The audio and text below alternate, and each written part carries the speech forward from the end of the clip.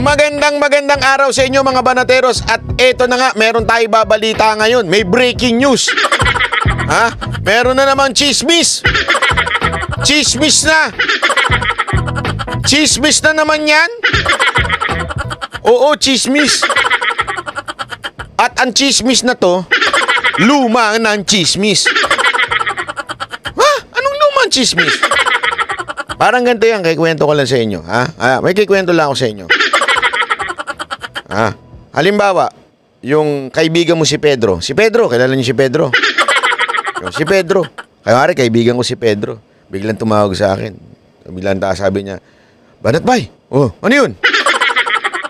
Meron ako sa yung chismis. Oh, talaga? Pero sandali, nagmumotor pa ako eh. Mamaya na lang. Hindi, may chismis ako sa'yo. Importante to, punta ka ngayon dito. Ngayon na, nagmumotor nga ako. Nag-e-enjoy pa ako dito sa Tagaytay. Meron akong angkas eh. Tapos, papupuntay mo ako dyan para sa chismis. Hindi, importante itong chismis na to. Sige na nga, mapunta ako dyan. Tanginan to. Punta ko dun. Dumating ako dun sa ano. Oh, ano yung chismis mo? Siguraduhin mo maganda yung chismis mo ha. Sabi nung ni Pedro. Oo, alam mo ba, ano ba? O ano yun? Si Robin Padilla at saka si Sharon Cuneta nagkakaigihan. Ano nagkakaigihan? Sino ba yan? Si Robin Padilla at si Sharon Cuneta. Di ba may pelikula sila? Yung maging sino ka man? Oo. Nagkakaigihan daw sila. Ano nagkakaigihan? Ganon sila? Oo. Ay, tarantado ka pala eh. Luma ng chismis yan eh. Chismis na nga yan, luma pa. Ako, hindi ka nga naman din loko-loko. Inistorbo mo buhay ko sa pagra-ride, tapos chismis lang pala yan? Luma pa? Abay, alam mo kung ako talaga yun? Batukan ko talaga to si Pedro. Hampasin ko talaga ito. Gugudgurin ko yung pagbumuka nun. Ang birang buhay ito. Chismis na nga, luma pa. Speaking of chismis at speaking of luma, meron na namang kumakahol dito.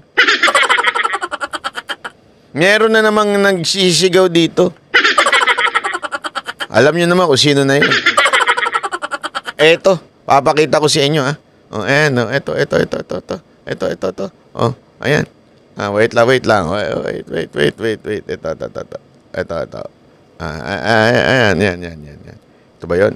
Ayun. Ito. Pakinggi. Tingnan nyo ito ha. May bago kasing chismis eh. Bago daw chismis. Lumang issue na. Nagdemanda na naman to si Trillanes kay Pangulong Duterte at Senator Bongo. O ito. Naalala niyo pa ba yung Philippine Navy frigate scam na kinakasangkutan nila Bongo at Duterte noong 2018? Luma na pala yan eh! Luma na pala! Uhukayin mo na naman? Pambira ka. Napatunayan nga dyan na chismosa ka sa Senado. Dininig mo yan nun eh. May pahiring-hiring ka pa niyan eh.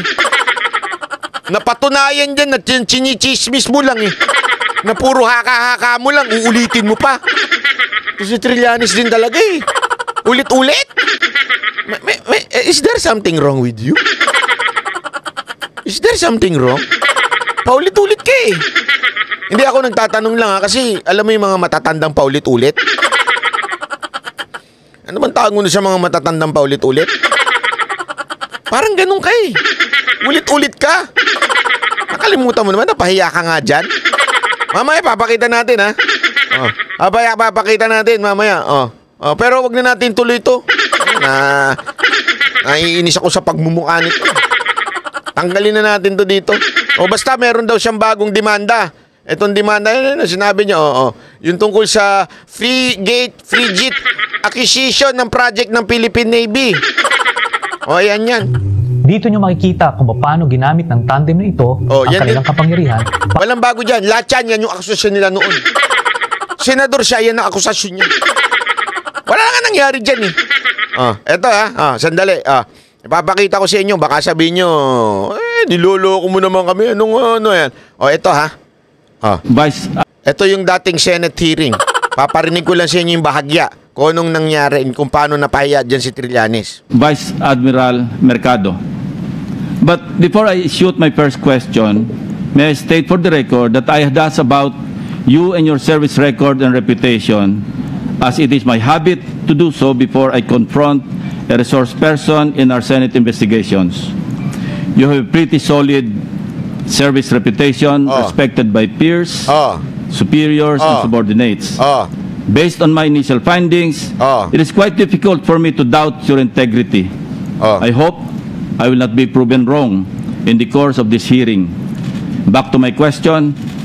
During the entire process of the frigate acquisition project, did it ever occur to you that Secretary Bongo may have had any personal interest, even on behalf of his principal, the Commander-in-Chief and President of the Republic, Rodrigo Roa Duterte?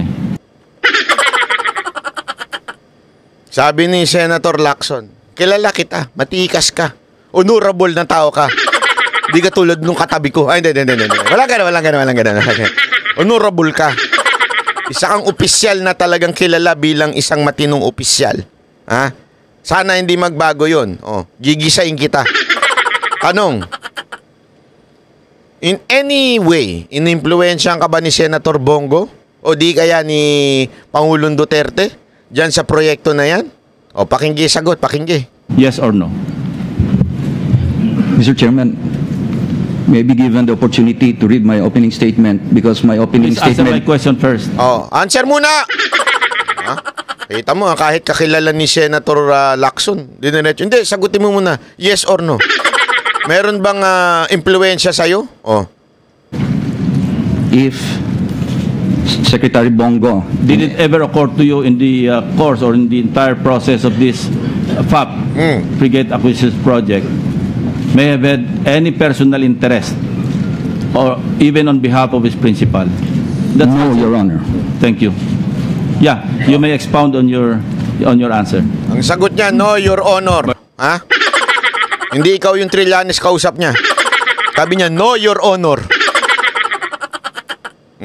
Alam mo naman, pag honor, wag mo nang isipin na ikaw yun, Trillanes, ha? Tuloy. Para bigyan ng... Ay, sorry. Admiral Mercado, please proceed. Honorable Chairman and members of the Senate Committee on National Defense and Security, a pleasant morning and mabuhay. Huya to all other Navy sailors.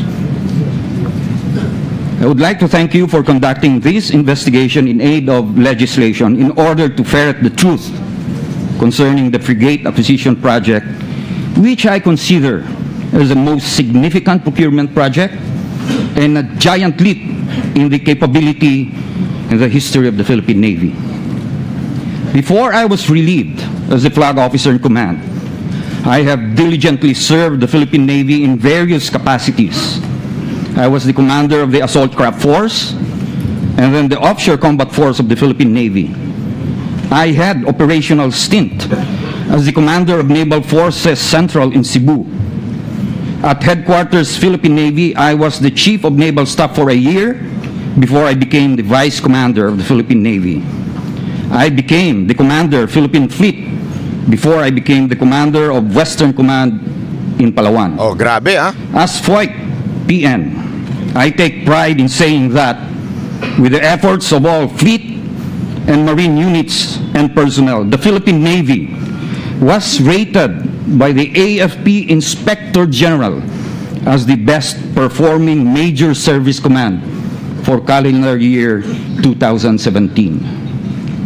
Since calendar year 2013, I have handled other Philippine Navy modernization projects, to wit, the multipurpose attack craft Mark III with missiles, projected to be completed this year.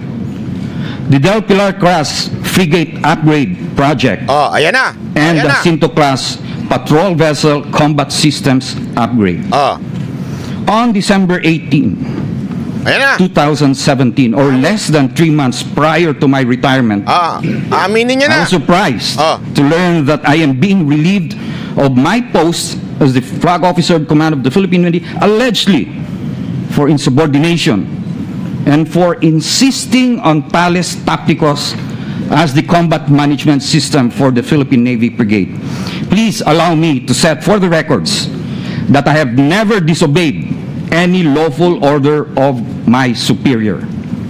I take pride in and treasure my profession the way I do to my name, my family, honor, and reputation. In my entire service to the Armed Forces of the Philippines and the Philippine Navy in particular, I have never been accused nor convicted of any malfeasance, misfeasance, and or nonfeasance in the performance of my functions.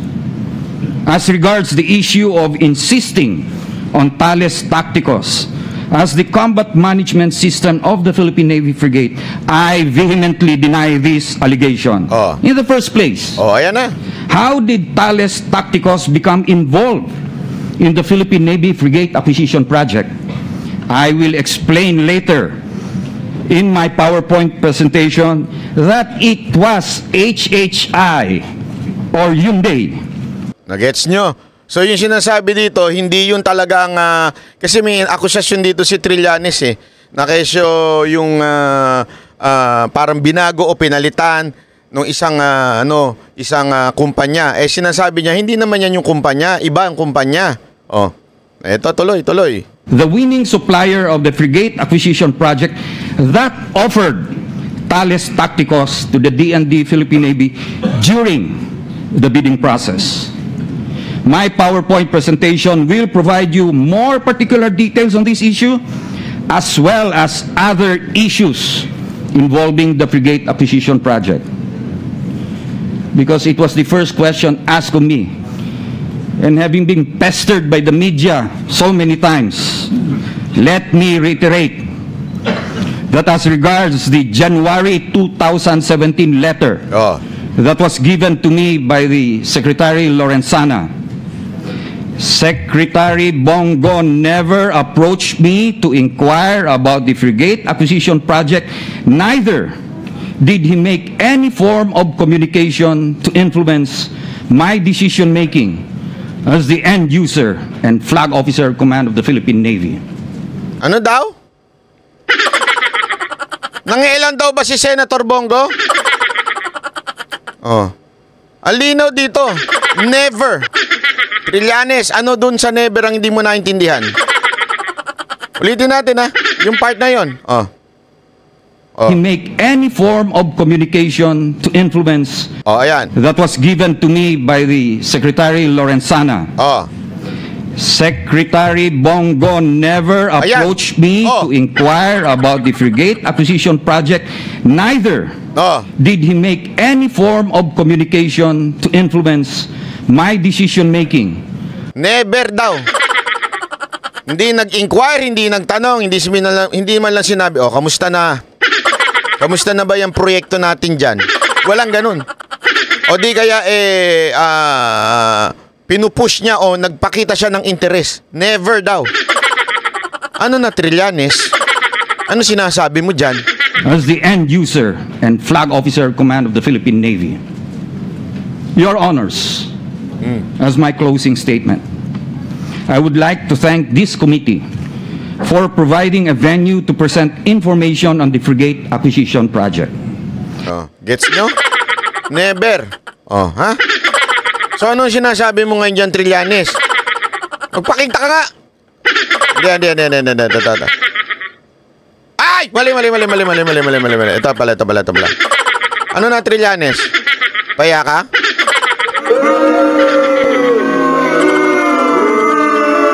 Pagbumukha yan, no? Talaga nga namang Iba dating mo, sir. Iba, sir, ang dating nyo. Alam nyo kung bakit nag-iingay na naman yan. Napakita na natin. Alam nyo kung bakit nag-iingay na naman yan. Ito. Yan ang dahilan yan. Team Trillanes. Ang kapal din ng mukha, no? Mayor Sunny Trillanes. Mayor na kagad, di pa nga nananalo. Tingnan nyo. Mayor Sunny Trillanes. Ang kapal talaga ng pagmumukha. Hindi pa nananalo. Tinawag na niya sarili niyang mayor. Number 1. Number 2, ang aga mo naman, mangampanya. May sticker ka na kaagad na mayor? Paano nangyari yan? Bakit ganun? Wala pang filing of candidacy. May sticker ka. Alam mo, dapat tignan ng Comelec to eh. Tignan ng Comelec to. Ang aga mangampanya. Pero syempre, ang lusot niya dyan, wala namang nakalagay na for mayor. Kaya tinawag na lang niya ng mayor. Tapos ang palusot niya dyan, bakit? Pwede ko naman tawagin sarili ko mayor ng Bilibid, mga ganon, di ba? Pwede naman yun, mayora, ay mayor. O di kaya mayor ng mga sandataang barangay captain. O mga kagawad, ganon. O mayor-mayoran. Alam natin may palusot siya dyan. Pero ang punto dito, ano to? Kapalan na lang talaga ng muka. Kapalan na lang talaga ng muka. Bira ka talaga, Trillanes, oh. Ang tindi rin ng, ng apog mo, no? Oh? Kaya ka pala nag-iingay. Kaya ka may bago na namang, meron ka na namang paganyan-ganyan kasi pala may ganiri ka. O, di ba? Ay, nako. Mabuti pa. Ito. Basahin natin yung Meron kasing statement si Senator Bongo dyan, eh. Maganda, excuse me, basahin natin. Kasi maganda yung sinabi ni Senator Bongo, eh. Sunog na naman dito si Trillanes sa statement ni Senator Bongo, eh. Tungkol dyan sa issue ng, ay grabe, ito. Pakita natin.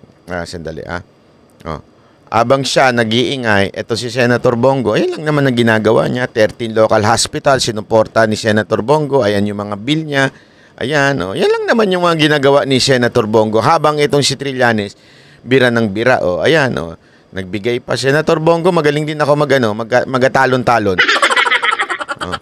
Ayan, kasi nagbigay siya. Kita mo, panay ang trabaho, di ba? Asan na statement niya? Andali. Meron siyang statement dito, eh. Meron, no? Ayan. Sandali. Nawala statement niya.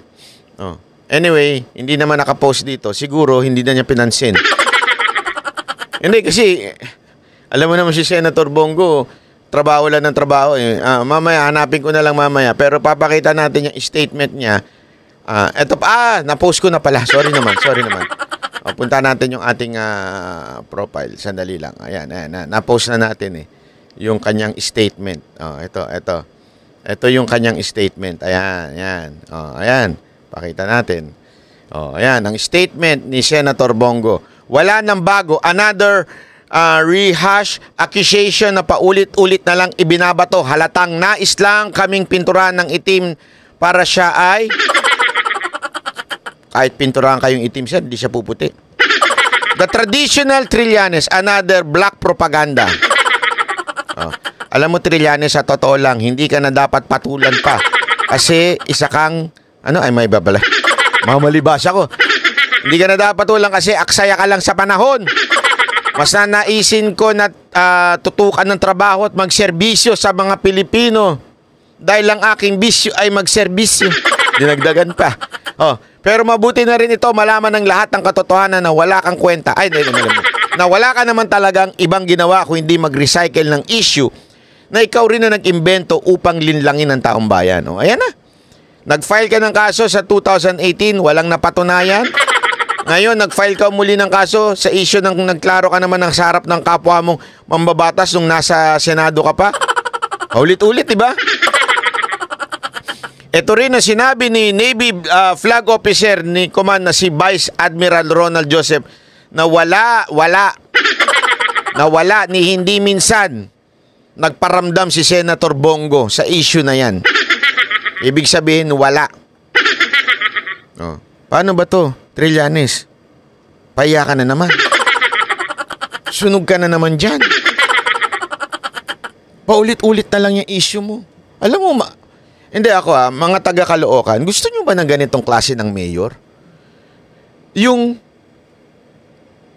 magme-mayor sa pamamagitan ng paninira ng kapwa, pamamagitan ng paninira ng kalaban sa politika. Gusto nyo ng ganyang klase ng mayor? Toxic? Hindi ko siya wala akong alam dyan sa inyo. Yung mayor nyo dyan, hindi ko kilala yan. Pero ang tanong ko sa inyo ito Gusto nyo ba nang pumasok ang ganitong klase ng mayor na sobrang toxic? Para lang siya ay manalo, kailangan niyang bumanat sa kapwa niya?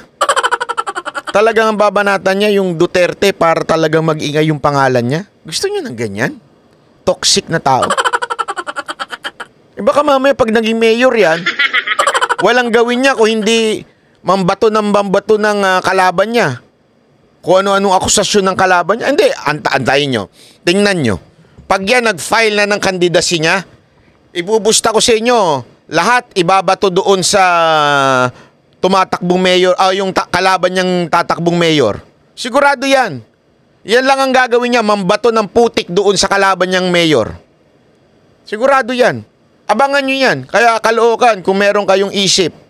Pambira naman. Kung meron kayong isip, ha? Yung mga ganitong mayor, walang nation building dito. Talagang political attack lang gagawin ito sa mga kalaban. Gusto nyo ng ganitong klase ng mayor? Puro na politika lang inaatupag? Bahala kayo. Nasa sa inyo. Maraming salamat po. Ako po si Banat Bay. Thank you very much. Yan ang Banateros, boses ng ordinaryong Pilipino. Banateros ay walang maka